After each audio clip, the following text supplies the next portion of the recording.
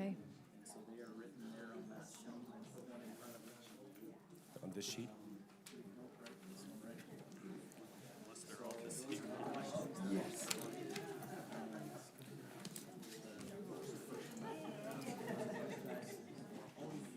Okay. Great.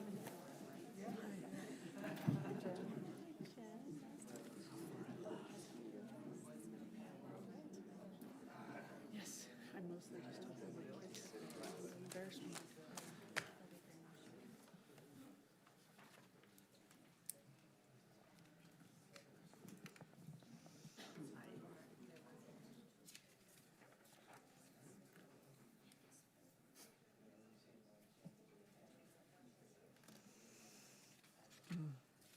So 10 is now 1.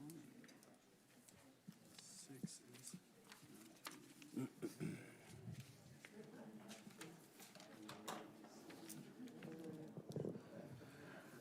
Okay, thank you everybody for being here. I am just going to step over here because we've got that camera in the back zoomed in to fit just at the edge of your tables, and so I'm going to squeeze in there. So this is the Lindon City Meet the Candidates Night.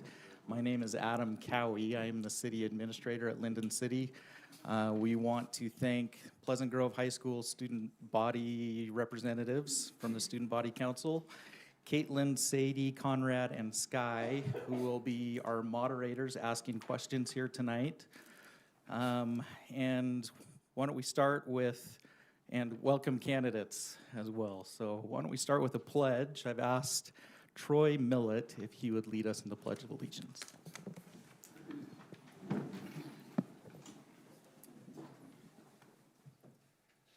I pledge allegiance to the flag of the United States of America and to the republic for which it stands, one nation, under God, indivisible, with liberty and justice for all.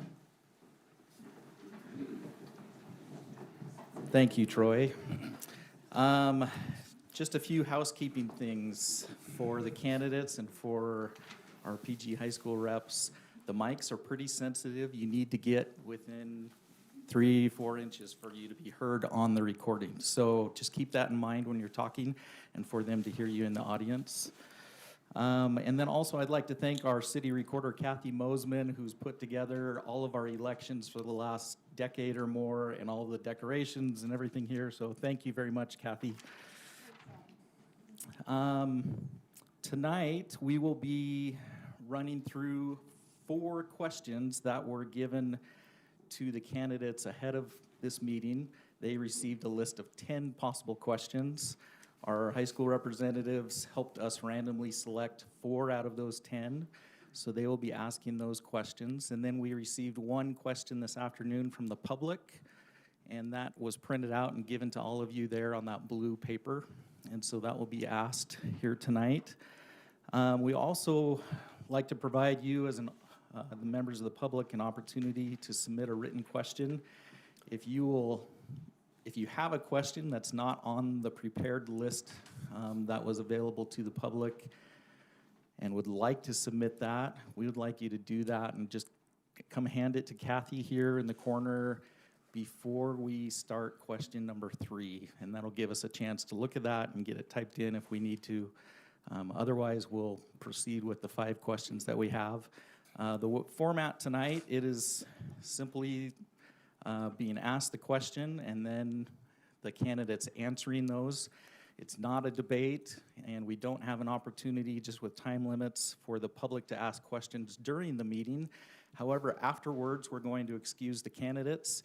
They all have a little table set up in the lobby, and we'd love for you to go talk and ask questions out there with the candidates afterwards. This is a timed event because of some of our time constraints. The introductions will have 3 minutes, and then each question is 2 minutes. And our moderators have a timer, and they will cut you off. So we want you to be aware of that, and we'll proceed with the next person as soon as that time is up. I think that probably covers it. So I will turn the time over to our moderators.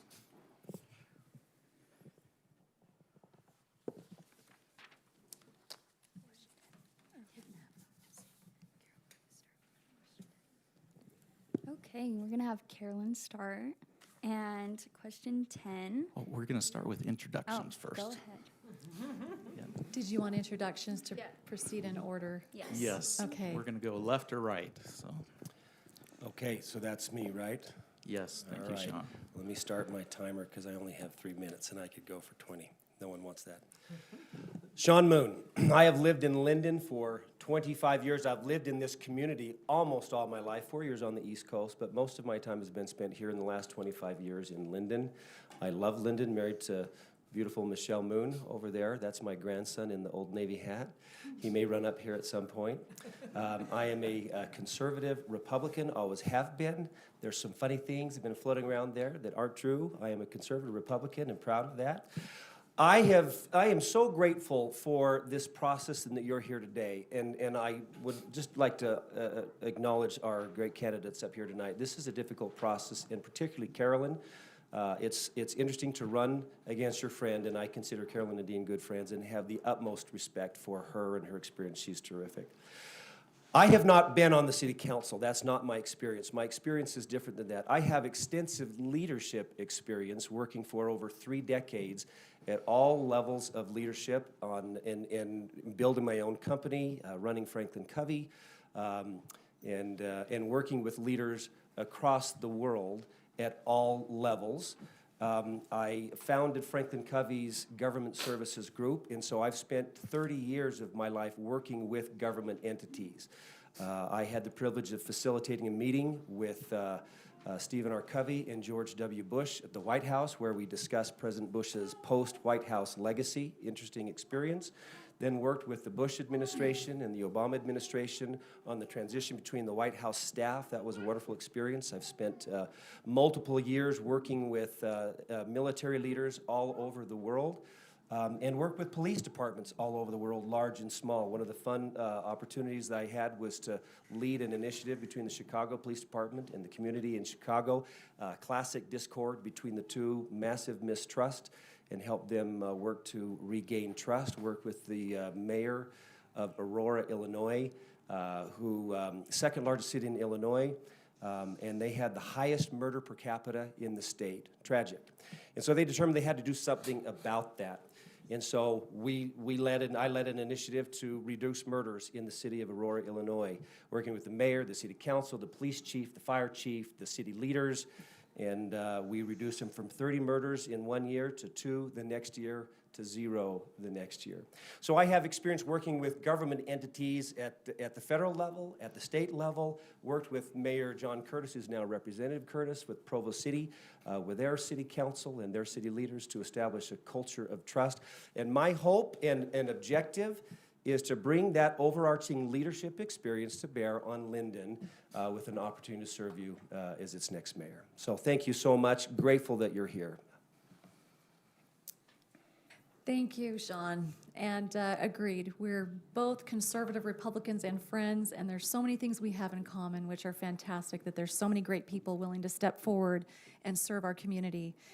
Good evening. My name is Carolyn Lundberg, and like Shawn mentioned, many things happen on a large scale at the federal level, but sometimes what affects our lives the most is what happens every day right here, locally in our town.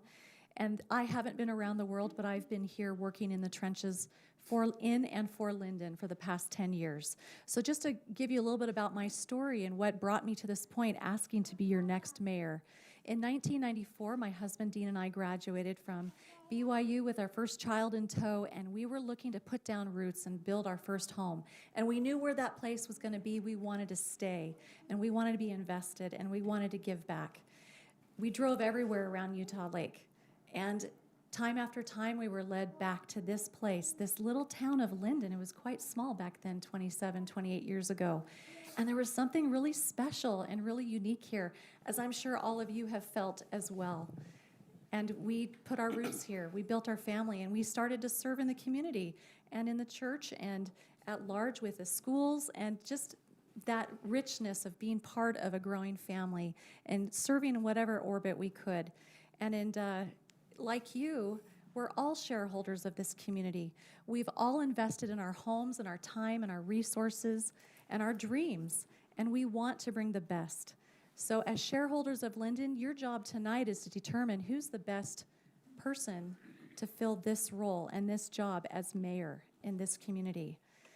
So a little bit about me. I'm also a business owner and executive, and my company has placed over 400 benefited, good-paying jobs in underserved rural communities. And it's been a wonderful situation because we've helped people lift out of poverty in communities where they don't have as much opportunity. And I could go on about my journey as a business executive and leadership in that arena, but what you're most interested in is how am I the best candidate for your mayor here in Linden? So in 2011, fast forward from 1994 to 2011, I was asked to serve on the Planning Commission, which was a great honor and very humbling. And I did that for 3 years, and wow, it was incredible. I was so humbled to realize what I didn't know about city processes and land use and ordinance and code writing and all the interlocal agreements. And so in 2014, when there was a vacancy on the council, I submitted my application and went through a rigorous process interviewing among 12 worthy candidates and was selected to serve the remaining term on that council term, and then subsequently did a follow-up of 2 elections as well. I am ready to hit the ground running, Okay, and I time's up. have Thank been you. running. Thank Move you. on to Jennifer. Thank you. Good evening, everybody. So I'm Jennifer Price, and I have lived in this wonderful city of Linden for the last 11 years with my husband and 2 kids who are sitting right up here. And I'm ready and willing to serve on the Linden City Council for a few reasons. Most significantly, I don't want to see Linden turn into the next Vineyard. I like Vineyard. It's not a bad city, but Vineyard borders us on the southwest side. And 5 years ago, I started a charter school there. And so I've had a front row seat of the significant growth and what happens when you have kind of unchecked growth and extreme high density all very quickly. And it didn't have to be that way, and that's why the city council and everything at this level is very important. Back in their day, when they were deciding how to make their city, there were competing proposals of how they should make Vineyard grow. There was one proposal that said that they should be like Alpine, that they should have big lots and slow growth and manage it that way. There was a competing proposal to have high density, and growth and density won out. And now you have a city that has increased from 148 residents in 2010 to over 12,000 today, which is a growth of 10,000%. And with that, you've got a host of issues that they are dealing with, everything from parking to lower home ownership rates, which leads to increased property crime and a variety of other issues that go along with that very high growth. So Vineyard is not a bad city. They just took a different route than we have, and it's a route that I don't think we should take. We're a little bit of country, and I think we should stay a little bit of country. I'm not suggesting no growth, but I want to protect Linden from predatory development and from high density growth. If we've got an acre of land, let's put 2 houses on it. We don't have to put 10 or an apartment complex with 30. If we've got a single family area, let's protect it from too close of commerce. I don't believe we have a moral or ethical obligation to house every Californian, and I can say that because I'm from there, every Californian that wants to come here. Growth will happen, but it needs to be smart, and it needs to be reasonable, and it needs to not change the fundamental character of this place that we love. Secondly, I'm a limited government, fiscal responsible sort of person. And finally, I believe in service. And I have seen what happens. We've all seen what has happened with power grabs during COVID. And I believe in local control. And I'm here to serve. Thank you. Thank you. We'll move on. Hi, thank you. I have lived in Utah County my entire life. I was born and raised in Orem, Utah. Ben, your mic is off. Right. Thank you. I'll start over. I've lived in Utah Valley my entire life. I was born and raised in Orem, Utah, into a tremendous family with wonderful parents and siblings. Shortly after my wife Sarah and I married, we chose Linden as the place where we chose to come and raise our family. We have lived here for over 33 years. We have been blessed with 3 children and have 9 grandchildren. I think Linden's a great place to live because of the people that are here. I also think we enjoy a high quality of life because of the management of the city. And I pay tribute and express appreciation to prior councils and mayors, city administration and staff for their great service on our behalf. I graduated from Brigham Young University and received a Bachelor of Science degree in Electronics Engineering Technology. Upon graduation, I was named the Outstanding Student of the department. I'm a general contractor and a small business owner. As a general contractor, I have experience, obviously, in building buildings and also in general engineering construction. As a small business owner of over 30 employees, I know what it's like to manage and plan, to meet payroll, to attract and retain good employees. I am a fiscal conservative. I am for low taxes. I am for balanced budgets. I am for paying down debt and having a healthy rainy day fund. Now, those aren't just words. Those are things that we have been doing for the past 8 years on the city council. I am also conservative politically. I am for limited government. I am for pro-business. I serve as a precinct chair, a county delegate, and a state delegate. You know, it was just a few days after I was elected 8 years ago, I was approached by somebody at church. They brought me their cell phone, and they showed me a picture. It was a picture of a road that needed attention, and they wanted to know if I knew where that road was and what I was going to do about it. That road was Locust Avenue. Hopefully you've seen the changes on that particular road. I learned something very valuable there. City government, you must be accessible and you're going to be accountable. I believe the purpose of government is to make people's lives better, and that is especially important at the city level. Thank you. Hi, my name is Cole Hooley. My wife and I have 4 girls. I grew up in Linden, and my family's been here for a long time. In fact, I was doing the math and figured out that this year marks 150 years that my family's been here. I grew up on land that my great-great-great-grandparents farmed when they first got here, and just so excited to be in Linden. I have a deep love and appreciation and loyalty to this place and the people here in our way of life. And I honor and respect the elders of our community and feel like they have tremendous wisdom on how we can proceed to keep those parts of Linden special.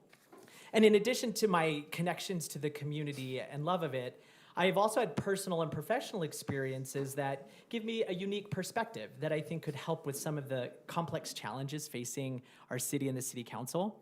So after I finished college at BYU, I moved to Massachusetts, where I got a master's degree in social work. Then I was a social worker in New York City for years, providing mental health services in a variety of communities. I was in Manhattan in the Upper East Side and down in the West Village and Harlem and East New York, Brooklyn, and helped families in the South Bronx. I worked with such a wide variety of people with so many complex issues.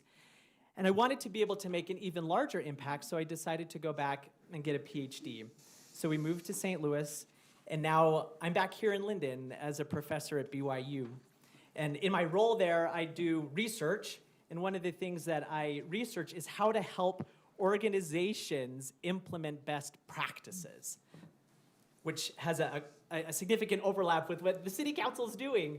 I also have a focus of my work that makes doing the best things, the easy things, and getting what works to people who need it. I also teach there, and then I have a small clinical private practice.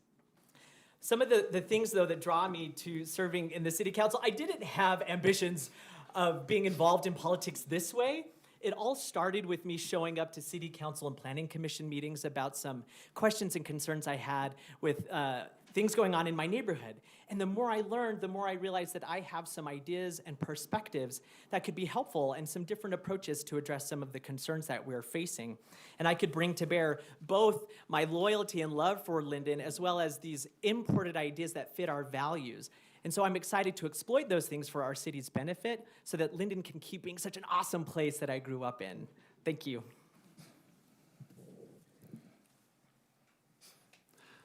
I'm Jake Hoyt. I'm running for re-election for City Council. I am passionate, just like all of these great people, about Linden. I was born and raised here and have spent my whole life here. I'm invested in Linden. This is where I choose to raise my kids. This is where I do work. This is where I coach soccer and football. This is where I want to live the rest of my life. I married my wife, Bethany, who's sitting here in the second row. She is also a lifelong Lindenite, so we are Linden through and through.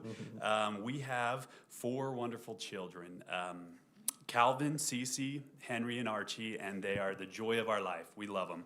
I work at Rock Canyon Bank. I manage the branch right here on our Linden border, our south border, and I work with a lot of great Linden businesses. I spend most of my hours there at the bank doing reviewing financials. I consider myself to be a finance guy and pride myself on being fiscally conservative. I review both the businesses I work with, and here at the city I review budgets on a daily basis. I spend countless hours on Lindon City's budget. I geek out on it, and that is what I do. I'm proud of what we've done there. I have been doing this for 8 years now. I went and looked at my notes from 8 years ago of this very meeting, and I looked at my notes and couldn't believe some of the things, some of the agenda items that were the big hot topic issues at that time. Let me review a couple of them. Utopia, they were having serious issues. They were very dysfunctional at the time. Our reserve fund, our rainy day balance was nearly depleted from several years of recession and spending. Our roads were in major disrepair. We were contractually obligated to build a public safety building, an expense that we weren't quite ready to take on. And growth. Growth has been an issue 8 years ago. It's probably the #1 issue now. Fast forward 8 years. Very few of those items are on today's agenda, and I'm very proud of that. Utopia, we are one of the most built-out cities and have one of the highest take rates. And Utopia is profitable now and no longer asking us to cover their shortfalls. Our reserve fund, our rainy day fund, is 100% funded. It is as full as it can be. In fact, we got our hands slapped for putting too much into the rainy day fund, and it speaks highly to our ability to weather a downturn. We expect one, and we are planning on it, and Linden City will stay solvent. Our roads, we have put more money in the last 8 years into roads than ever before, including $2.1 million this fiscal year. Our public safety building, right out there, I want you to look at it when you leave. It is free and clear of debt. You do not have buildings that are state-of-the-art, built by the government, that are free and clear. I'm very proud of that. I'm Jake Hoyt, and I ask for your vote. Thanks. Before you start, I'm going to just give our audience a little bit more FYI. So before the meeting started, our PG student council here helped us randomly select who will answer the questions first, so that we always aren't starting with the same person. And so the candidates have been provided that. When you finish, we are just moving, it's going to be to your left or right. So this first question is Carolyn, so the next person to answer would be Jennifer, and so forth. Does that make sense? Okay. And then, just as a housekeeping thing for Shawn and Jake, you guys are on the end of our video. Just don't lounge back too far, or else you're going to get cut off of our video screen. So, okay, go ahead. Thank you. Okay, question 10. What do you feel is the most important role or duty as a local elected official? How will you fulfill that role or duty if elected? Thank you for asking that question. You know, a mayor does not have a legislative vote in our form of government in Linden. That's something that our council does. But a mayor has a great responsibility to set the table and the vision and the goals and help bring the data and a persuasion to those vision and goals and how to execute them with the staff, with the community at large, and be an advocate. And I'm really proud to say, you know, my fellow council members have mentioned a lot of things that, you know, hitting the ground running, like I mentioned. I've been on the ground running. I've been in the trenches. I understand the interlocal agreements and all the things that are related to running a city, the financial side, the pressures that are upon us from our state and federal, as well as the core things that we need to provide to our citizens.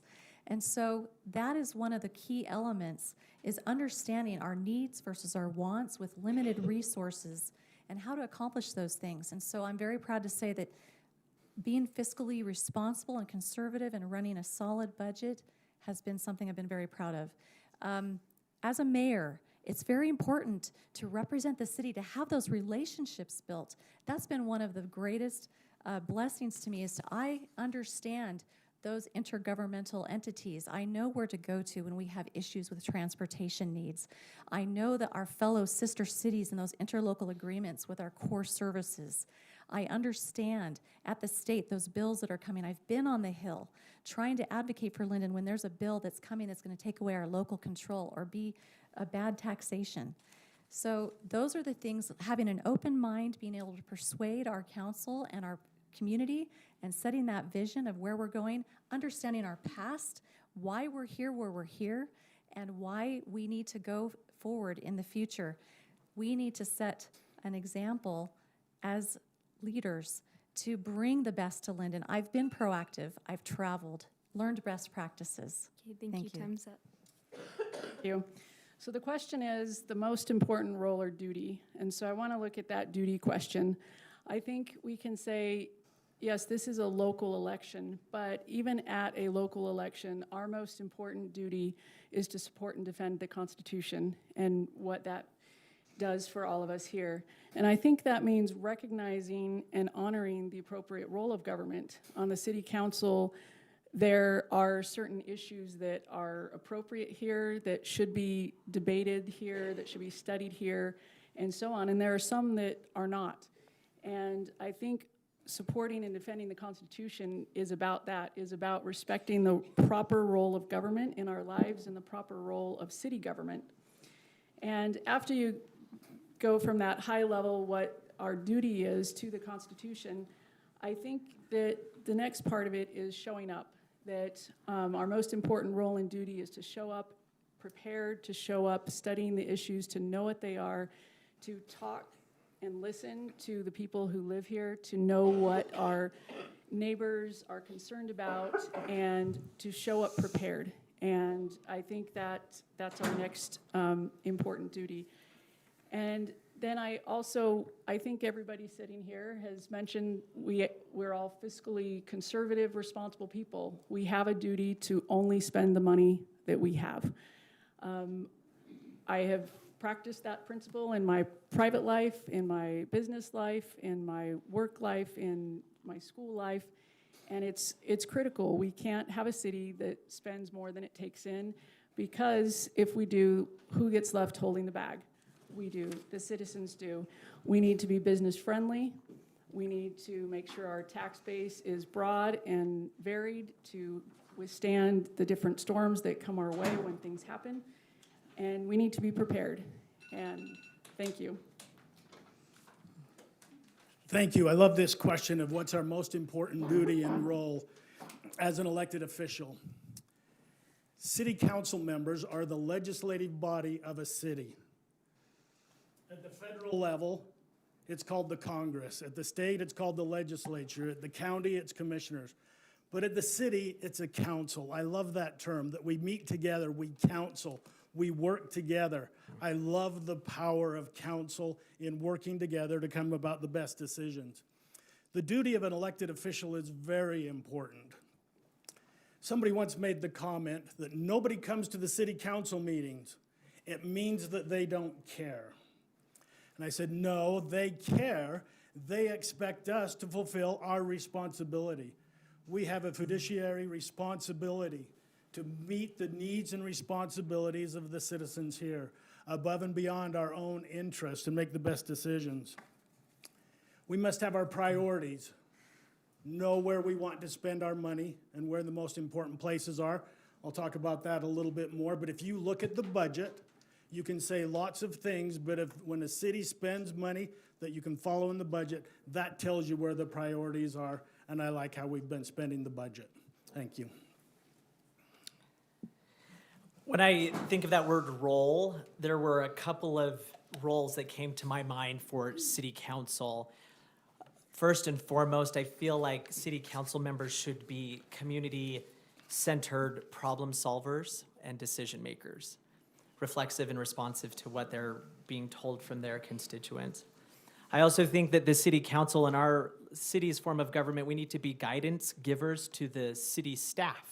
They carry out so many things, and they're just asking to know what fits with our values and what we want and need, and so they need that guidance. A bridge builder is another role that I think is important. The needs for people up on the Eastern Bench and down by the freeway are different. We have people who have farms with big horses and people who have smaller lots that want them to be that way. And I feel like a city council is a place where we can bring all of these different interests together. And a final role that I think in that same spirit is a reconciler. Living in community means that we have divergent perspectives and sometimes even competing needs. And so at the city council, that's a place where we can bring together those differences and come up with solutions that maximize the good for everyone. And those are some of the roles that I think a city council should fill. Important roles and duties. First and foremost, the voice of the people. That is our role. We are here to represent. I am often disappointed at how few people are at these city council meetings, but I appreciate how often and how regularly people come and ask me, call me, text me, email, hey, these are the issues I'm concerned about. That is a role that I take very, that I think is very important and I take very seriously. Managing and maintaining a fiscally conservative budget is huge. It's in my mind the biggest responsibility that we have here as elected officials. We have inflation right now that is absolutely killing families, especially those who are on fixed income. It's difficult.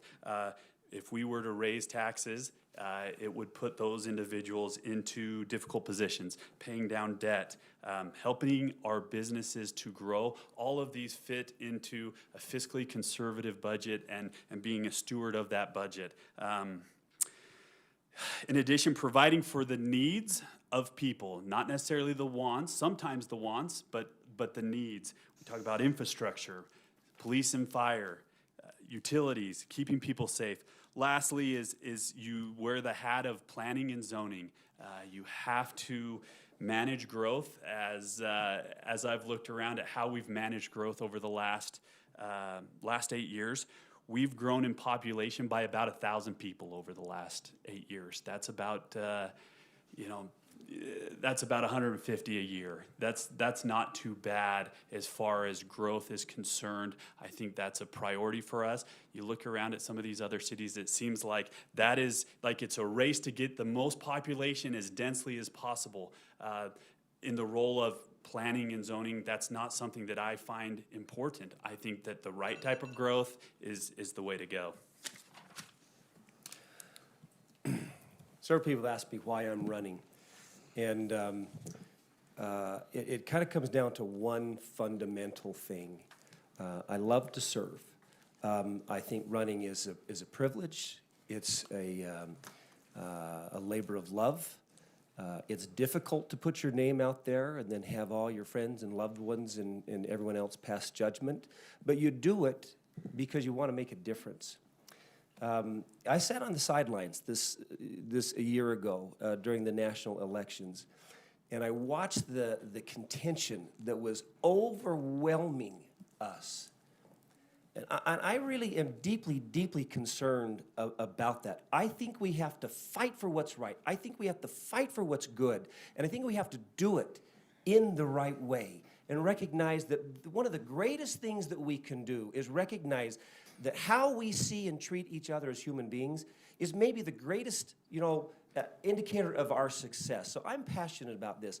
And that leads to what I sort of feel like is the number one role that I would have in this position of mayor. And that is simply, this position has to build trust.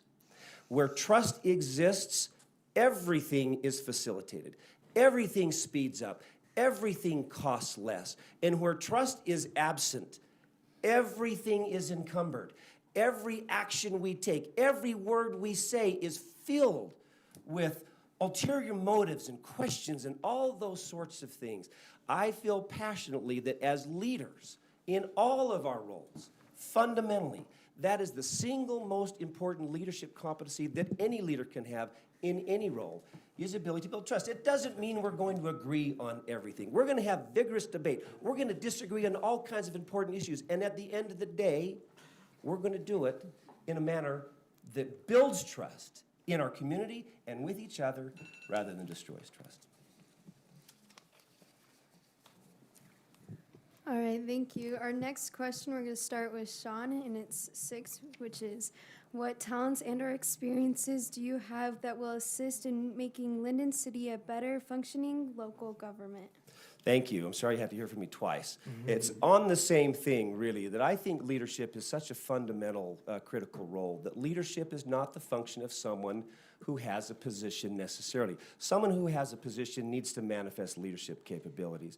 But leadership is required from every single one of us in every aspect of our lives. Are we clear on who we are? Are we clear on what our values are? Do we live those values? As a leader who has a responsibility, are we able to articulate vision? I love what Carolyn said about that. I agree. We have to be clear on the direction that we're going and get consensus and buy-in with our citizens around that. And once we have clarity of vision and goal, then we have to execute that goal. Then we have to get the work done.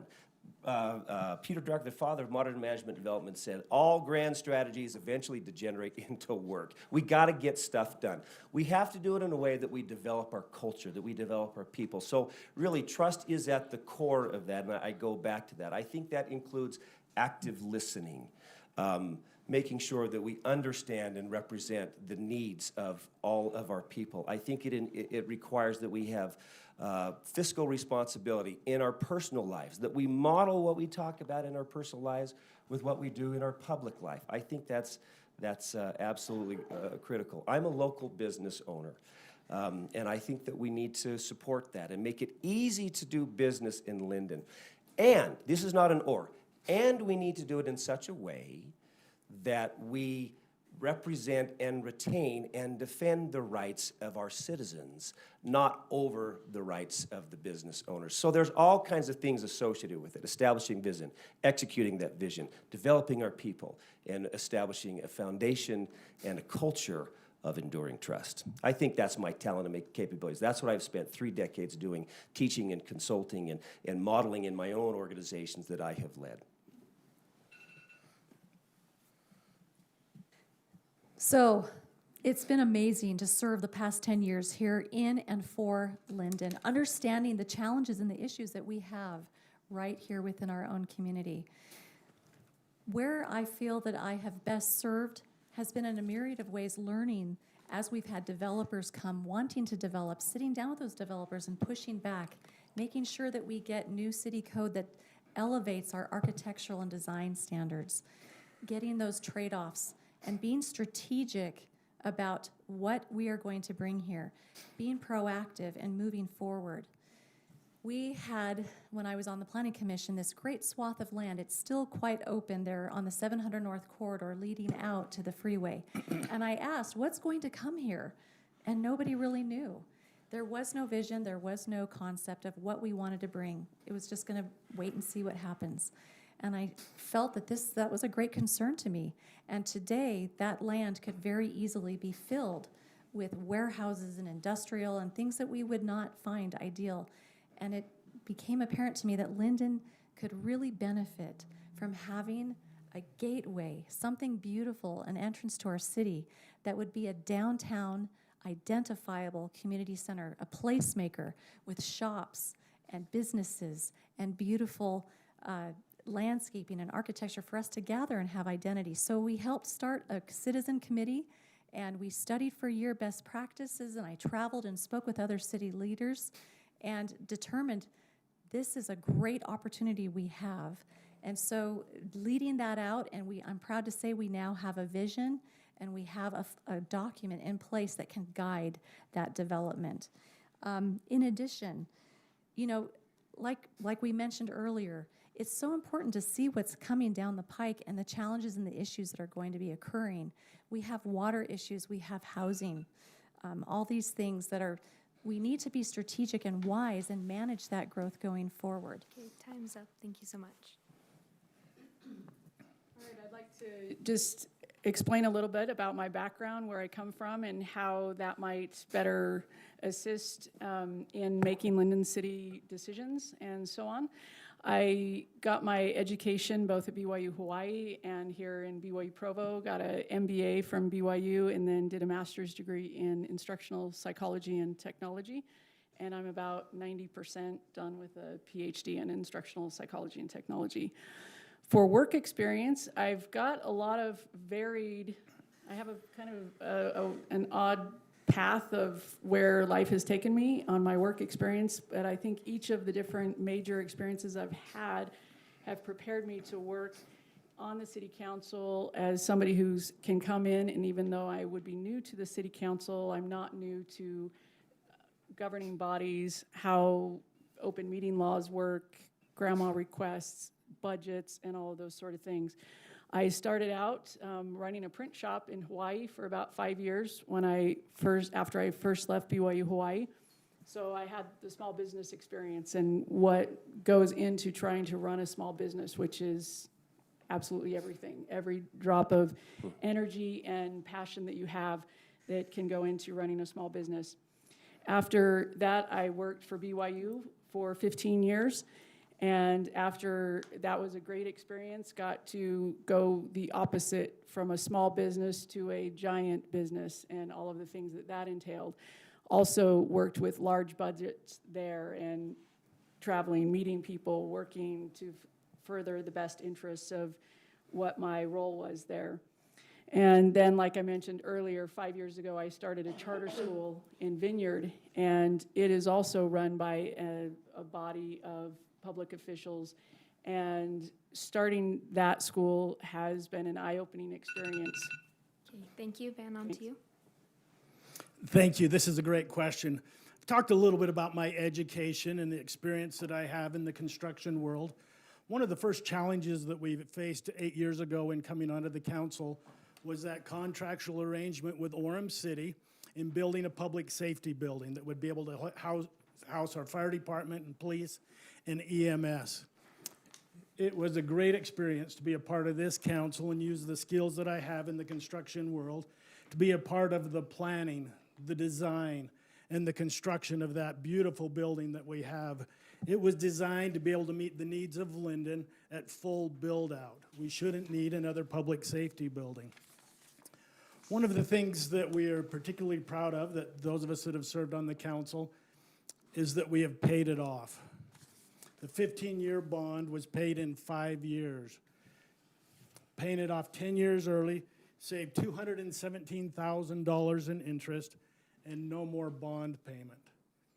Those additional funds are being able to be used in our infrastructure needs and roads, which I hope to get to here in a little bit as well. My commitment to you and the things that I've done in the past is that when I come to city council meeting, I am prepared.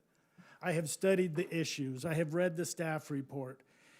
If the issue in question involves a location, I have visited the site. I talk to people to see how they've been impacted and what we can do to try to mitigate any decision that will be there.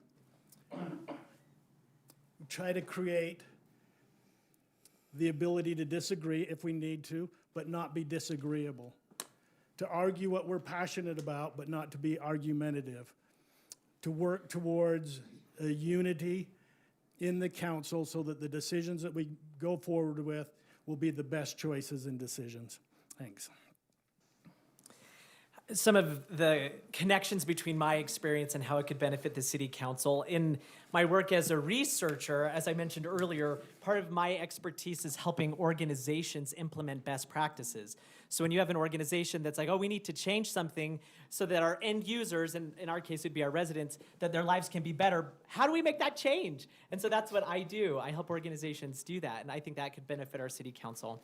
I also think our decisions are only as good as the data on which they are based.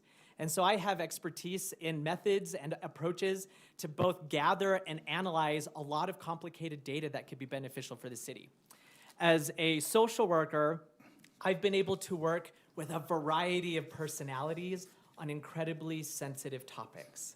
I can handle people with care so that they leave the interactions with me feeling understood and cared for. And having attended these meetings and seen what goes on there, I know that's really important. Before I was a social worker, I was a mediator. And so I've learned what high conflict and intense situations can look like, and the beauty of bringing two people that are so vastly apart together and walking away with a decision that they both can smile about. And I feel that could be something the city council could use as well. As I said, as with bridge building, I think the key to so many things is the power of relationships and authenticity, and helping people not only just know that you heard them, but that you understand them and that you're in their corner. And these are all qualities and experiences that I've developed over the years, both personally and professionally, that I hope to bring to the city council. Thanks, Cole. What a great question. Talents and experiences that will assist with the Linden City Council. I think first and foremost is my financial background. I've spent my education and career, they've all been centered around finance. I spend hours reviewing financials every day and hours spending reviewing our financials here at the city. My wife and I own and operate a small business. And frankly, shouldn't government be run a little bit more like these small businesses? I also echo what Cole said, relationships. I strive to be a builder and not a divider. That's been mentioned here today. Connecting people towards a common goal, that's important for me and something that I think I bring to the table. I reviewed over the past 2 weeks my phone conversations and in-person conversations. Over the past 2 weeks, I have had a conversation with every single city council member, the mayor, our city manager, our city attorney, the city finance director, the chief of police, our state senator, who's in charge of portions of Linden, various members of the city councils of both Orem and Pleasant Grove. I think those relationships are key, and I think that they can help because undoubtedly and without fail, we do need to collaborate with the state level, with our sister cities, and communicating and having relationships with our staff. They are incredible. If you've had the chance to work with them, you know what I'm talking about. Lastly, I'm a lifetime Linden resident. I do think that is an important experience. Linden is unique. It is different than all the other cities in Utah County. It has been made that way by our forefathers, by the current codes and policies that we have in place. And I think understanding that and knowing that and being a part of that is an important thing and something that I bring to the table. Okay, thank you. We're going to start off with you again, Jake, with question number 2. What do you perceive as the 2 most significant opportunities or issues currently facing Linden City? Wow, double duty. Okay, growth. Growth is the number one issue. It was pretty important 8 years ago. It is even more so important now. We are a destination city. I truly believe that. People come here, as I've been out and about talking with residents, talked to a guy just the other day. He said, I just moved here about 3 months ago. And I said, well, what do you think? What do you think of Linden? He said, it's not like any place I've ever been. And I couldn't agree with him more. Had lunch with our chief of police this last week. He's been in several different police jurisdictions, and he said the same thing. Linden is unique. Understanding that and making sure it maintains its uniqueness is important to me and has been over the last 8 years. Managing that growth. My philosophies are completely different than Vineyard, completely different than Orem and Pleasant Grove, frankly. Growing the fastest is not my concern. Growing right, which sometimes means not growing at all, is what's important. And so growth, 700 North Corridor, such a focus. Bringing in good businesses there will be absolutely key. Working with the developers and maintaining the infrastructure, bringing it in so that we get good businesses and we are able to grow in the right way. Growth, huge. I am going to beat a dead horse and say conservative budgeting. You guys are sick of hearing about that, but it's so important to me. I think what we've done here on the council over the last 8 years is impressive. It is a case study in conservative budgeting, in not raising taxes, in spending on things that are necessary, on When you get a bill that it's too much to handle, the situation we were in with this public safety building, it's finding ways to cut down those expenses so that you can afford what you have, not just going into debt to cover it. Thanks. Thank you, Shawn. Okay. So this is question number 2, and I think we're going to have a common theme here over and over again. If you look at the statistics, not only is Linden a destination city, and I love, Jake, how you described that, but Utah is a destination place. And the demographics, the studies show that over the next 10 years, we're going to double in population. Not just the state. Salt Lake County is 80% built out. Utah County is only about 50% built out. We're going to double in population in Utah County. And a lot of that's going to go south. It's going to go in other places where they have, Linden and other more high-density areas and opportunity for that than we do here. But I think we have to acknowledge that we are going to grow. It's just the nature of what's going to happen. And so it's not for me a question of, do we grow? Yes, we're going to grow. But do we grow right? Do we grow smart? Do we grow in such a way that 25 years from now, our children and our grandchildren look back on the city of Linden and say, I recognize that place. I still love Linden. I've had the opportunity to visit about 1,000 homes over the last few months. If I haven't knocked on your door, I'm sorry. It's not because I haven't tried. I have been all over the place and had hundreds of conversations. And the thing I hear over and over and over again is, we love Linden. Let's keep this feeling like it is right now. We don't want to outgrow where we are. So growth is a significant one. We're going to grow. We're going to have to deal with that. But let's do it in such a way that we keep our farms. We keep our open spaces. We keep access to our animals and our parks and our horses and all of the things that we love about this community. And second will be a common theme, I'm sure, the infrastructure to support that. We have to have a comprehensive plan. We need to make sure our roads are up. We upkeep them, and we have the pipes and the plumbing and everything else appropriate to support what's going to happen. A lot of our infrastructure is aging. There's great investment to happen. We need to keep doing it. You, Caroline. Agreed. We have amazing opportunities coming before us. And I'm proud to say, as a council member, we have addressed those upcoming infrastructure issues. We do have a plan. We have amazing staff and engineers and strategic plans to address those and try to find that funding. We also, with the growth, it's interesting that's been mentioned, it's upon us, like so many have said here. And interestingly, Linden has this motto, a little bit of country. What does that mean when growth is upon us? And to me, that means that we keep our values. If you look at the density, population per acre, our town has about 1,300 people per acre. You go to Pleasant Grove, they have something like 3,300 people per acre. And we also look at Orem. They have 5,500, nearly 4 times the people per acre. How do we grow? We make sure that we keep that same density of lower density for us. And we also need to look at, as this valley grows, there's going to be more crime. Supporting our police and fire and our first responders, they are the ones on the front lines they're taking on the risk. And we have been a destination city because we are safe and neighborly and we can support them. I've sat down also, like Jake and like Van, with our staff and our department heads and understanding those issues that we're facing. It is so important that we lead out, that we have strategies that will provide Linden to keep this community that we love so much. Thank you. Jennifer. All right, thanks. I've been sitting here trying to think of something besides growth to say, because that was my prepared answer, and it's growth. It really is. It's a concern to all of us, I think. Our one important thing about growth is I don't think huge, excessive amounts of growth ever made the current residents of a city happier.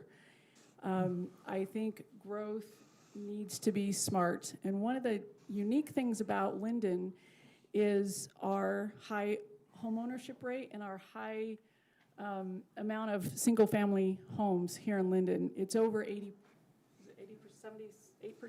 It's really high, and it's higher than the average in Utah County by quite a bit. And it's that single-family housing and our high home ownership rate that helps with our low crime rate and makes it a little bit of country. And I think those two things are so important to support and to keep in mind as we encounter these growth issues. They lead to better safety. I think when you look at the national conversation, there has been something of an assault on the single-family zone itself. California, for instance, completely outlawed the single-family zone idea. Every single-family house is now able to be a duplex. I would hate for us to see us go in that direction where we do things that take away from the single-family value. I think there is no better way to support our families and to have a safe community than with controlling and keeping our growth in check. It is, again, not a matter of no growth, it's a matter of smart growth, and growth that supports families, keeps us safe, keeps our communities open and safe for our kids and our grandkids. Thank you. Thank you, Van. Thank you. I won't repeat all those comments on growth. I'm going to go a different direction. Roads and infrastructure. 8 years ago when we came onto the city council, the city was spending a little over $300,000 a year on roads. Most of that was to pay for the 700 North road construction bond. In these 8 years, we've paid off that bond. We've saved the interest and are no longer making the $266,000 a year bond payment. We were able to take that money and put it into our infrastructure. As Jake mentioned, we're close to $2 million this year in road improvements. With our engineering staff, we have put together a road maintenance plan for the next 5 years, where almost every road is touched and where the appropriate improvements and maintenance will occur. This is an important thing that needs to be funded, and my commitment is to continue to make sure that funding is available. The important thing with this is we have done this, it has been without raising taxes, and we have not imposed a transportation fee that many of our neighboring cities have done. Another important priority is that of the police. I support our police. This day and age where we're supposed to defund the police, we demonize our officers. I want you to know I support our police. I was grateful to be a part of the city council representative, to be part of the hiring process for our new chief, Chief Brower. Chief has done marvelous things to raise the standard of excellence in our department. Our officers go above and beyond the call of duty. They do so much service of their own time and money. We are blessed to have them, and the police have my full support. Thank you. Thank you, Cole. So this is one of those moments where I wish we could flip the microphones around and ask you all what our priorities should be. It's a shame. We have a room full of eager citizens and we can't get that from you. What I've heard from people are these things about density, infrastructure, roads, deer control, libraries, business development. These are the priorities that I've been hearing from people, and I think your priorities should be my priorities. Two thoughts or two issues that have struck me as well, in addition to what's important to you, is that we are organizing ourselves to push back against efforts and forces to try to limit us in our ability to live the kind of lives that we want to live here. For example, the state has recently passed legislation, and they have some more coming in the pipeline that have removed some of our autonomy in making development decisions. There are commercial pressures, as has been mentioned, to develop in unsustainable ways. And it will take working within and in concert with other communities to successfully push back against that and to maintain our flexibility to do things as we see fit for our community. I think another issue is being creative about filling amenity gaps so that we can still live within our means and continue to build out those things that are important to us. For example, like libraries. I've heard a number of people say, man, it would be great if we had that. Don't have the money for it, but that doesn't mean it's not possible. And so I think there are lots of areas like that in Linden with policies where immediately it's like, well, how do we raise the money? How do we do it? I'm like, we have so much cultural capital with us and resources and things that we can tap into that could solve so many problems without having to increase any sort of taxes or make any sort of bonds. And I think that's one of the issues that we could tackle together to keep filling out those things that our community wants, even though they might not be able to afford it, or it's a little bit too big for what we've done in the past. I think there's a space for that. Thank you. Okay, thank you very much. We are going to start with Cole, and we're going to go with question 8. Affording housing is a major concern in Utah. What are the thoughts on affording housing in Linden, and what, if anything, should the city be doing about it? So I think getting people here isn't the entire goal. It's about creating a community where people can thrive. And so quickly it's talking about building things, but what about the community that it leaves behind?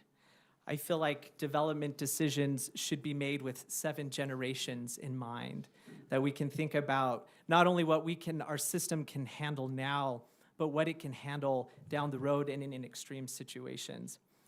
I also think it's important, and Jennifer mentioned this, to be realistic about what we can and can't do. We have a few parcels of land still that haven't been developed.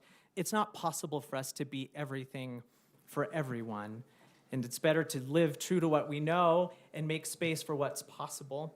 There are a lot of competing philosophies out there about what to do about affordable housing. One is that we have to increase the supply, because if we have more and more and more of it, it will drive costs down.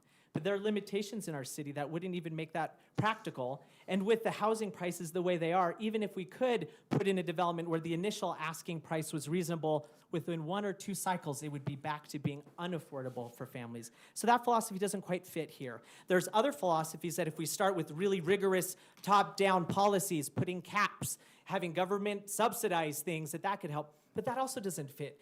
We have to find a middle way that matches our needs. We've embraced as a compromise, I think, the auxiliary dwelling unit. There's upsides and downsides to that. But that's one area that I think Linden has been above and ahead of the curve on, with the state recently mandating that everywhere. I think there are solutions like that we can do across neighborhoods rather than just saying, okay, let's plop it here and here. It's like, how can we help everyone benefit from our community without draining it of its cultural resources? Right on time, Cole. This is a big issue in Utah County. This is a big issue in Linden. I think if the state had their way, that every city would look a lot like Vineyard, with townhomes and condos as high as the eye can see and roads as small as possible. We need to work with state leaders to help them understand how unique Linden is, and that we can make decisions for ourselves and what's best for Linden. We need to work with them. I do have 4 children. I do worry about them being able to afford to live here. With them, I'd always mention it's not affordable housing, it's attainable housing, teaching them how to attain that. I believe that our zoning and our density, our open spaces and our motto are what make us unique. I am not willing to compromise on those. Overall, really, affordable housing is unique. I don't think that there's an affordable housing shortage. There is a housing shortage overall. I looked on the MLS today. There are 5 active listings in Linden. 5. That's ridiculous. It's a problem that is not necessarily going to be solved here in Linden, but we need to recognize it as a starter home, mid-range, large homes, affordable housing. It's a problem across the board, and it's not an excuse to just get as many low-density housing as possible. I feel like sometimes developers and state representatives use that as an excuse to say we have to put as much as possible in. I can tell you that I have strongly opposed developer after developer who have come into our meetings and requested higher density projects. We need to protect and preserve our neighborhoods. That is not the place to do this. And if I'm elected, I'll continue to do so. Thanks. Okay, as I mentioned, I've had the opportunity to visit with so many of you, and the theme that I hear, in fact, someone once said to me recently, this little bit of country, I mean, do we still love that? And here's what I believe, and here's what I've heard over and over and over again. Yes, we love it. We want to hold on to that. That's part of what makes this unique. We know that growth is going to happen. We know that there are going to be requirements from the state. But as Jake said, if the state had its way, we would all look like Vineyard. We have to fight that overreach. I believe that our problems are best solved at the local level. I believe that the government doesn't, grant us rights. The government protects our rights, and that each of us has rights. So, affordable housing, yes, I think that there's going to be all kinds of solutions that can come all across Utah County. It does not all have to be solved in Linden. The higher value for me is, do we preserve what we love about this community? Can we do high-density housing and affordable housing in Linden? I believe there are cases where we can do it. Here's what I'm really against, though. I'm really against doing things that meaningfully disrupt existing neighborhoods. How a neighborhood has looked and felt for the last 25, 35, 50 years, in some cases, is changed in one simple decision over development, where traffic is meaningfully changed for people who are saying, hey, I've been here for 30 years. Don't I have rights too? So I think that we have to do it. We have to do it smart. I think the 700 North Corridor is a brilliant plan. I love that. I love creating a discernible downtown area that attracts people from all over, that we go spend our money. We have restaurants to gather, and we attract people from outside of our community. I think there's a wonderful opportunity for some of those solutions to be brought to bear there, and I think there are plans for that. But we've got to listen to our community. Thank you, Caroline. So many great things mentioned here. The pressure is upon us. This is an example where we need to stand up and assert our right for local control. And the state right now has a matrix of points that they want us to give a report periodically of what we're doing as a community and as a city to address the housing needs. And this is an example where, yes, we're not going to be like Vineyard. Fortunately, our population density per square mile is less, and we want it to stay less. But we do have to be strategic and allow some pockets and some places for these people to be able to come, and for our kids. The population is doubling, and the Kempsey Gardner Institute has some research that shows that a lot of that population is our own kids. It's not just out-of-staters. So how do we balance that smart growth, like mentioned here? One of the ways that Linden got ahead of the curve was to make legal accessory dwelling units in our large, gracious homes. We can be a homeowner, we can have someone in our family live in a basement or a cottage or an accessory dwelling. And one of the things that we did as a council to help ameliorate those requirements by the state and show that we were creating some attainable housing was to eliminate some of the barriers and proactively eliminate some of the fees and the barriers and the double billings on the utility bill, and so that people could come into the light and be legal in that fashion. Because one of the things that concerned me was the state showed that we only had a very small number of those affordable housing units or attainable housing through our ADUs. So that was a concern to me, that I felt we needed to remove those barriers so that we can get a higher count of what we actually have within our city. And like was mentioned before, we have key locations near the traffic centers, near the transportation. That's where we can focus and bring those things to bear. Thank you, Jennifer. Thank you. It's hard to add to the great answers that have already been said, because I think a lot of us here are in agreement with that. And I don't think any of us are here wanting to tear down what the current council and mayor have done in preparation for addressing these affordable housing issues. My view is wanting to stand on those shoulders and take things further. Like I said earlier, we don't have to be all things to all people here. If we try to do that, we will end up looking like Vineyard or Orem. Even Orem's having some growth issues.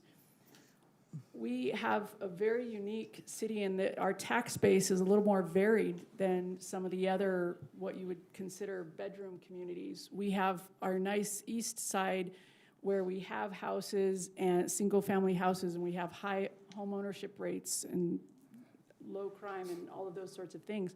And then we have our west side where we have more businesses and we generate more sales tax revenue as a city per capita than by far over places like Alpine, because we have this very varied and rich and robust tax base that allows us to not have to succumb to development and high-density development in order to increase our tax base, which I think is what has happened in a lot of these cities. And so we can't be all things to all people. Otherwise, we would be putting in RV parks right in the middle of our cities all over without thought and strategy. There are a time and a place for all sorts of different housing. There's a time and a place for it in our own lives where we might be in a very low expense apartment, and then we move and we grow and we are able to get our first house and we come to a place like Linden and we want to protect it and live here in that house. One of the joys of going last on the same question is some repetitiveness, but this is something that I'm passionate about. When I talk to people in Linden, I ask them the question, why did you move here? And the answer is almost always the same, for the open space. We like the parks and the trails, but we like the open space. That's why we came here. Don't let us look like Vineyard is the next comment that comes out of their mind. Again, no offense to Vineyard, but that's our challenge. New legislation is coming each year. Cities are being pressured in more housing. We need everybody's help to push back. Some of the state legislators are saying the future residents of cities do not have a voice. And so we're going to mandate some things because city councils are not responsible to people that may move to the city. I struggle with that one a little bit. I represent each one of you. I'm fighting for our values. The things that are critical to me is open space, the density. I fight for the setbacks on the building development area, that they are greater, that the distance between dwelling units are greater. We've talked a lot about basement apartments, and again, the state has decided to call those accessory dwelling units. I still call it a basement apartment in my home and have people that live there. It makes my home more affordable. It is also affordable for the people that live there. It keeps the feel and look of our neighborhoods the same. I love that approach. Linden has led out on that for years. We've made the building permits for the accessory dwelling unit cheaper. We've made the building process go better. I think it's a great way to go. Thank you.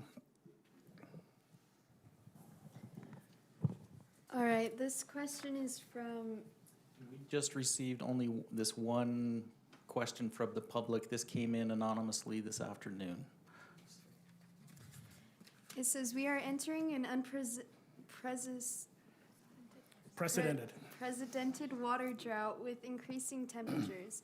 It does not look like it will get any better soon. Many of Linden's citizens have developed very expensive water-intensive landscaping around their homes, which will probably not be able to be sustained with possible future water shortages and summer heat. This coming year and in the future, how will you control gray water usage, particularly when there is no way to monitor individuals' flow? And we'll start with Van. Thank you. Water's a great question. For the past 8 years, I have served as Linden's representative and board member on the canals and irrigation companies that provide for our secondary water. Our culinary water comes from wells, but our secondary water is provided by canals. I think the first and most important step is making sure that our aging canals are improved. We have put money into improving them. We have put on an aqualastic liner that has reduced the leakage inside the North Union Canal. We have received grants, matching grants, where we have been able to pipe portions of the canal. We are also working right now with the Central Utah Water Conservancy District, looking at possibilities to have our secondary water delivered through the Provo River Aqueduct, more commonly known as the Murdoch Canal. If we are able to have our entire system piped, We will save an estimated 35% that comes from seepage and leakage and floods. We are much safer because we don't have open ditches, and our liability goes down because we don't have to pay the cost of damaging properties through flooding. We currently have water restrictions in place. You're not to water between 10 a.m. and 5 p.m. If you water in these heat parts, the greatest heat of the day, most of the water is lost to evaporation, and we need time for our reservoirs to fill. The secondary water system is designed to have them full to provide the pressure that we need for them to operate safely. We had a proposal that came this last year for the city to go to mandatory water restrictions, a Monday, Wednesday, Friday, odd days of the week, Tuesday, Thursday, Saturday, even days. Other cities in the area are doing that. No data could be provided that that was an effective way of saving water. We asked the citizens to voluntarily reduce their water consumption, and they did by more than 30%. Thank you. Cole? So this brings up a great point about water conservation broadly. And my guiding principle with this and other things is that we do the least restrictive practices to reach our goals. So the first step is to set goals, actual measurable things, if it's the amount of water in the reservoirs, et cetera, so that we have a clear target, and then come up with indicators that can show us where we are in relation to that goal. Right now, we have a mix of meters, or many homes don't have that. That's something that the state is promoting and requiring in many ways that will be coming down, and we're trying to look at grants in the city to try to fund things like that so it could be measured. Because in my mind, the first phase of any sort of conservation is planning, to have those detailed goals and measurable indicators. The next is the education. Reach out to residents to let them know how to conserve water.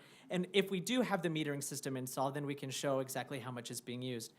If those things work, then that's great. But if not, you go to the next thing with incentives. There's so many different ways other cities have incentivized people to use better watering practices, changing out landscapes, replacing old inefficient toilets, et cetera. If incentives don't work, then I think you can refer back to these more enforcement issues of changing how we pay for water, if it's a certain amount, if we have a measuring system for it, or what mandatory watering days, or not being able to wash cars, et cetera. So overall, my approach would be that, but given that we don't have some of those measures in place for now, I think education we rely heavily on, and incentives to try to get people to modify their behaviors to be more responsive to the climate that we have. Thank you, Jake. Okay. This is an important issue. This is a difficult one. We are in a drought, and we do need to conserve. 2021-2022 fiscal year budget, 17.4% of our expenses will be on water expenses. It is a huge budget item. It is a very important issue. We toured our entire secondary system with our public works director just the other day to try to better understand how this works and what we need to do. I will first and foremost mention, like Van did, that our forefathers here in Linden did some incredible things when it comes to secondary water. We are in such a better position than the majority of our sister cities, and it's because of great decisions by former council members. I've heard of cities that had to shut off secondary water early, that are on very, very restrictive watering schedules, and that's not something we've had to do to this point, and that's from great decisions in the past. Now, Van touched on this briefly. I will add a little bit more. Recently, we had a recommendation to legislate that you can only water 3 days a week. In order to slow the flow. Van mentioned that there was very little data to support that this helped. And after deliberating and discussing and debating how important this issue is, because it is important, we decided to go with something that we've decided to do many times. It's kind of a motto: educate over legislate. I believe in you guys. I have faith in you guys that if you have the information, you know how bad this drought is, that you will conserve water. Van said we had a 30% reduction. I had many neighbors say, hey, thanks so much for not requiring it, but just so you know, I have reduced the amount of water I've used. That is exactly how it should be done. I believe that we educate rather than having heavy-handed government enforced approach. So, thanks. Thank you. Shawn? Love what you said. I believe in our people. I absolutely believe in our people. The challenge that we have is we just don't know sometimes. Maybe some of you have a really good handle on how much water you're using, but I don't think most of us know that. And when we say, are you watering? I don't, before that came out, I didn't even know what days of the week I was watering. And so this idea of educating and giving data and then asking our people, step up. Will we be part of the solution? I believe all of our citizens of Linden will say, yes, I am in. Now, the state will likely mandate the use of a meter. And Linden has done a marvelous job, Van, in getting ahead of the curve on that one because we've applied for grants and we're going to have a lot of that funded so it doesn't become a burden on you. We have a phenomenal public works director, Juan Garrido. If you don't know him, you ought to get to know him. You ought to have him talk about what he has done there. It's amazing. We have 4 culinary wells in Linden. We're digging another one. We have these canals that help with the gray water, and those canals have not been repaired since the 50s, right? So the seepage and everything else, there's a lot that we can do to continue to get ahead of this. But I'll tell you, when we know the data and we say to our citizens, we need your help, we need you to step up, I absolutely believe that people will step up. Educate over legislate. I love that. Absolutely, so many good points. I think we're all on the same page here. What I'd like to add is that in walking those meeting with the water master and our public works and doing that tour with our individuals who manage these things for us, it is incredible to understand this is a big challenge. Our population is set to double, and if you look at the amount of water, we are in a dry state. We are not England, right? We're not a wet place. And it's not sustainable. But the good news is that from 2002 until now, the state, just by being proactive and getting that education out there, they showed on a graph at a recent state meeting that already Utahns have reduced about 20%. So we're on the right track. And agreed, we want to be wise stewards. And the city can do its part as well. Not only we in our inside and outside water usage and thinking about that landscaping, flipping the strip, going to those websites, slowtheflow.org, and the Utah Water Conservancy District has amazing ideas and educational and opportunities to learn how to change your landscaping and things that you can do in your home. But as a city, we are also being very proactive. We know that water is seeping in those old open ditches into the ground and evaporating, and so parts of that have been invested into pipe. And there is more happening in those regards that we are working as a city to do. We can also put smart meters on our parks. Too often, have you noticed when it's raining, there's sprinklers going, our own as well as the city properties. So that is a very important thing that we do, is that we invest in those smart meters that can sense the rain and the moisture. I'm so excited that we can all agree that this isn't a very important issue, and it's something that each of us can take ownership and stewardship of, and we don't need to penalize our citizens to do that. Thank you, Jennifer. Thanks. This is also another hard one to go last, since I think a lot of great points have been made.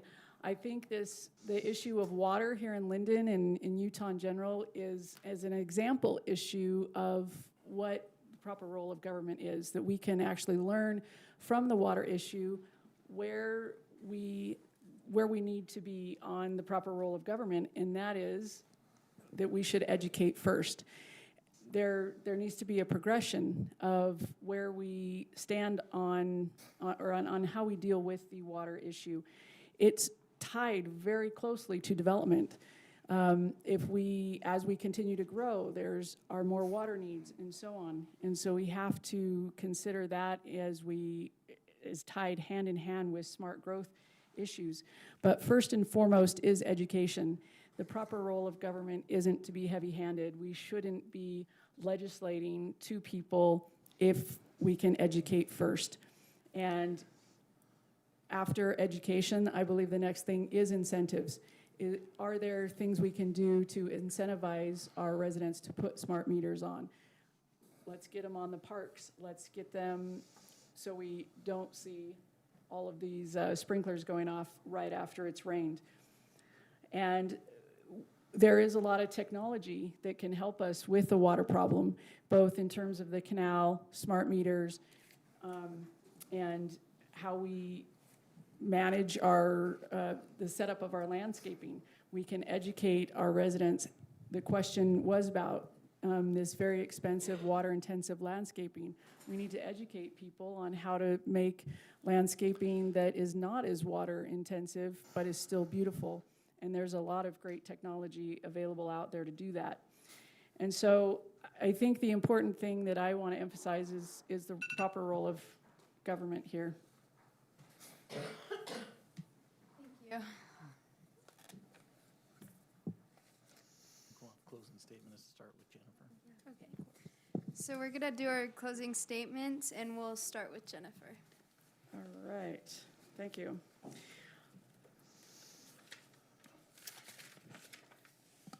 So Justice Stephen Breyer, he once said at a seminar, he said, if you want to change the world, don't go to Washington, because it'll just suck your soul out. If you want to change the world, get on your local city councils and your school boards.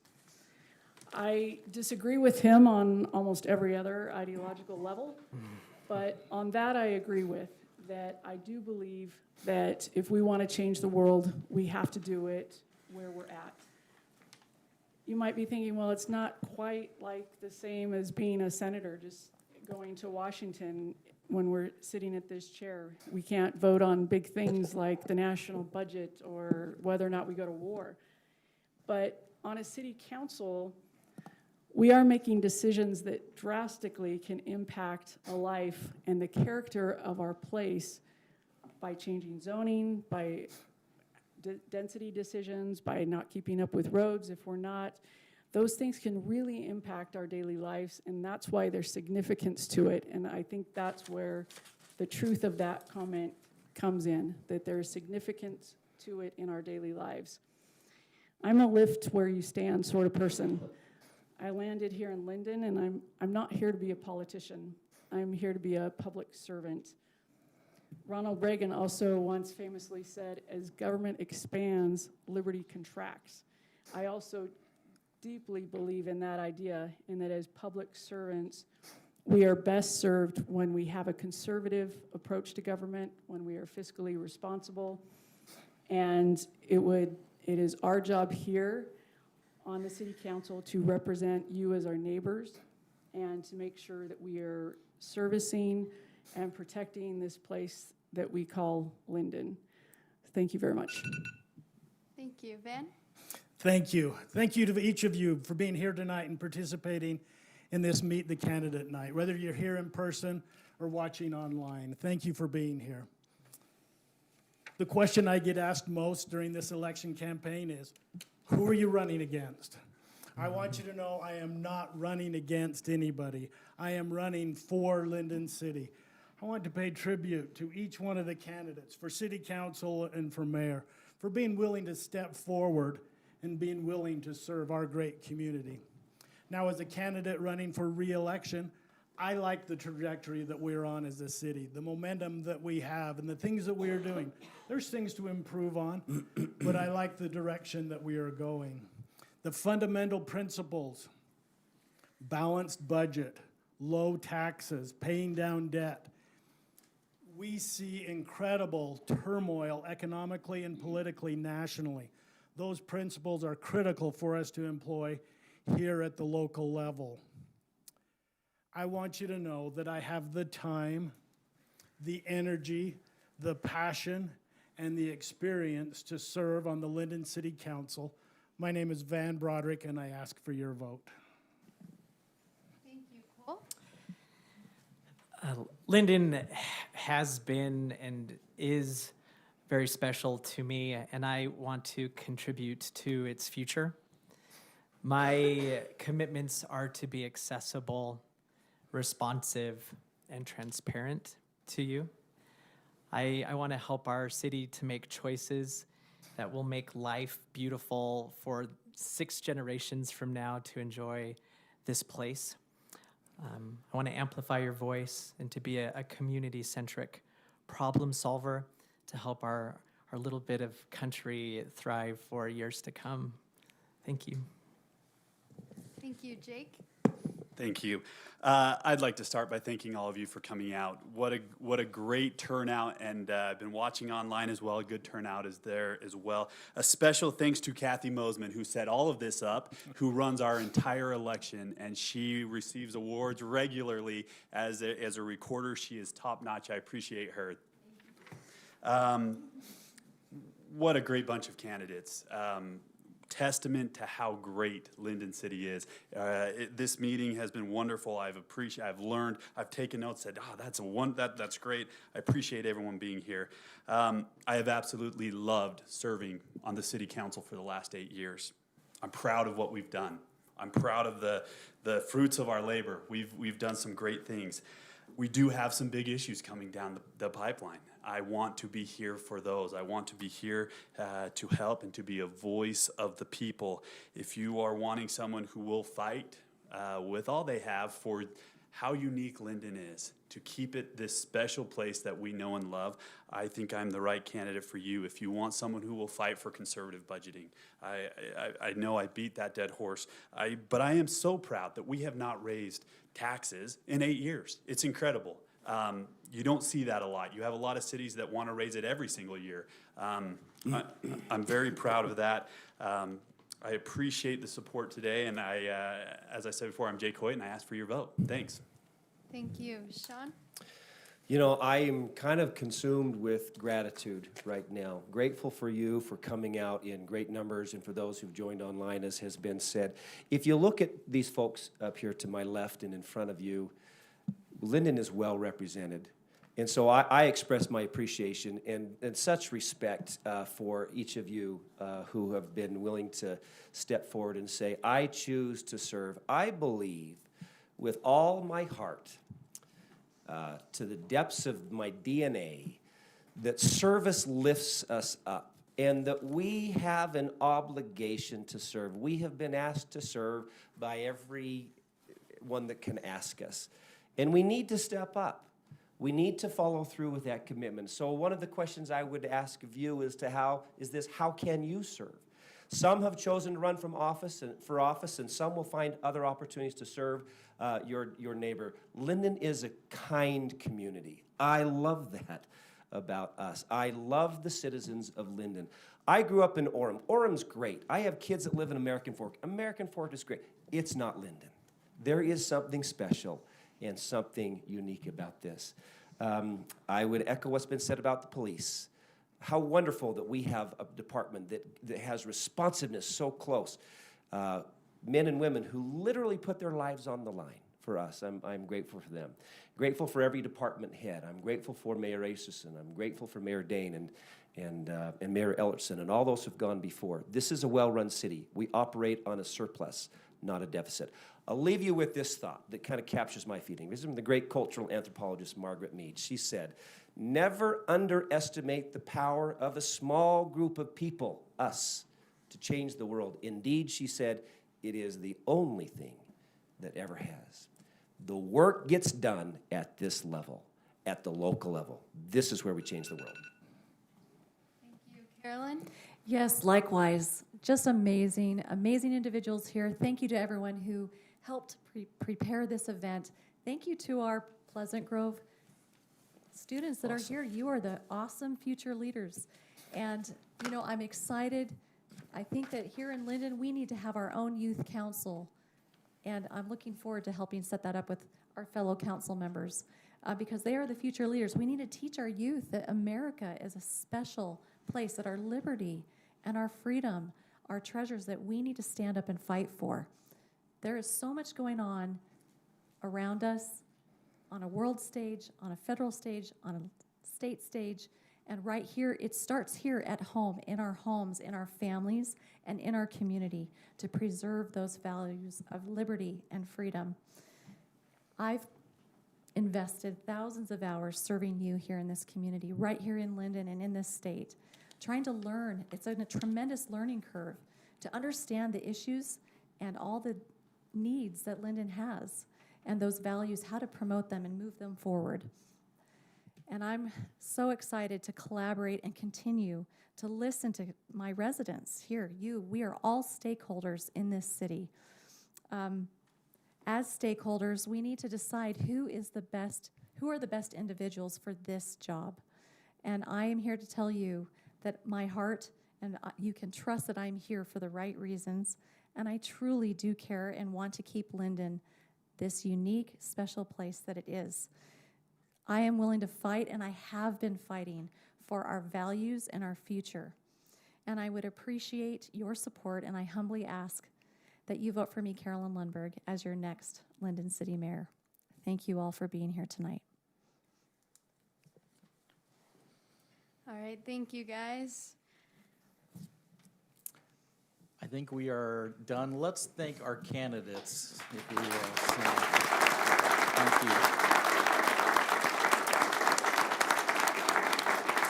Running for office is a very hard thing. I had somebody tell me, wow, this is a hard thing driving by my neighborhood and not seeing a sign that I thought I gave to somebody and it's not in their front yard. It's a personal issue, and it's a challenge to put your neck out there and help our great city of Linden. Thank you. This is my 9th election cycle that I've been through as an employee.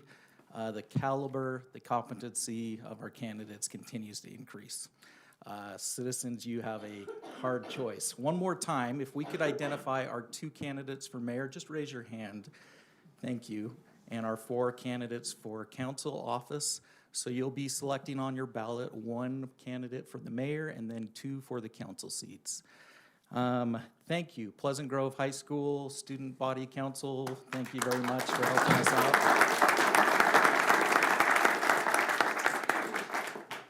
Throughout this, we've had about 70 devices logged in, watching online, and so this has been recorded. It will be available on the city YouTube channel. You can watch that later or share that with others in the community. And at this point, we're going to excuse our candidates, and if everyone else will stay here, this will give them an opportunity to go out in the lobby and get ready to answer any questions that you may have for them and meet them personally. Just a few announcements about our election while they are headed out. This is a mail-in ballot this year, and so if you are mailing that, putting it in your own post box, it needs to be postmarked the day before the election. That's November 1st. It has to be postmarked November 1st. And we also have a drop box on the lower side of the city center office. It's by our post office box down there. You can drop it off without mailing it all the way through 8 o'clock the night of the election. Is that correct, Kathy? Yeah. So you can drop it in our drop box at the city center, and then there's several other locations around the county that you can drop those, and they're available online. Election day is November 2nd, and lots of other information about our candidates on our city website, lindencity.org. Thank you very much for being here. Oh, lots of cookies. Go grab a cookie. And I noticed every candidate has candy out there, so you're going to have a full belly tonight. Thank you, everybody.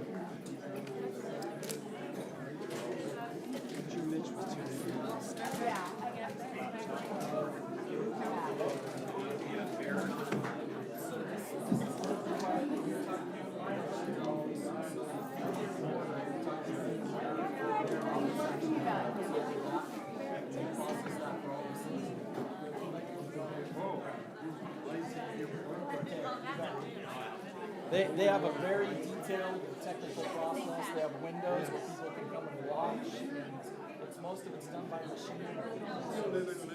Yeah, it's Steamtron.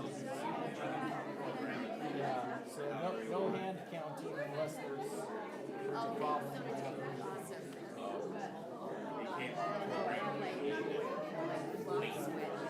No, it's very specific and very clear. She is retired.